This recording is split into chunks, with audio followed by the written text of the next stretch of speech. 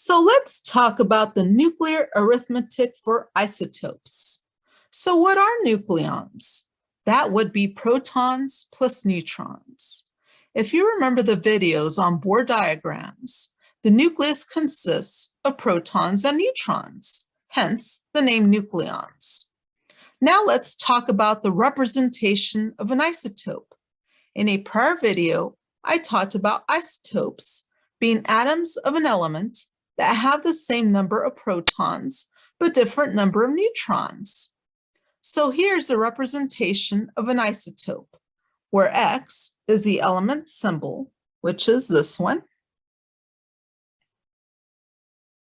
The superscript A represents the nucleon number or mass number, which is this one.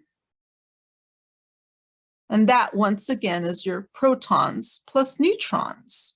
And the subscript Z, which is this one, represents the atomic number of the element or number of protons. So let's go over some examples. Let's start with the first one.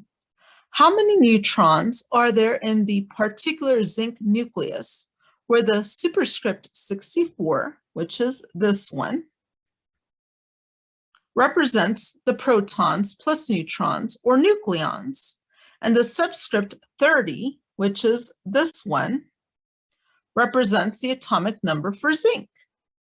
So you take the nucleon number, which is the 64, and that would be minus the atomic number, which is 30, and that will give you the neutron number. So in this case, which I just said, the nucleon number is 64.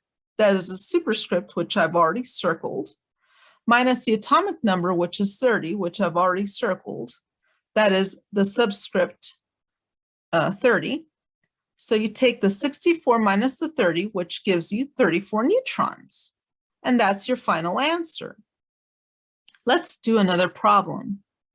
So how many neutrons are there in this particular aluminum nucleus, where the superscript 27, which is this one,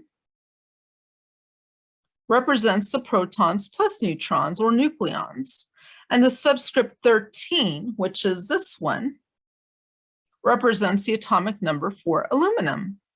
So once again, you take the nucleon number minus the atomic number, which will give you the neutron number. So in this case, the nucleon number is 27, which I've already circled there. That is the superscript, minus the atomic number, which is 13, which I've already circled there.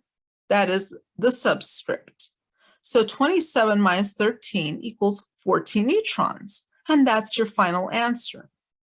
So in the case of zinc, the nucleon number is the superscript of 64. So therefore, you can also call it zinc-64. That's just another way of calling it.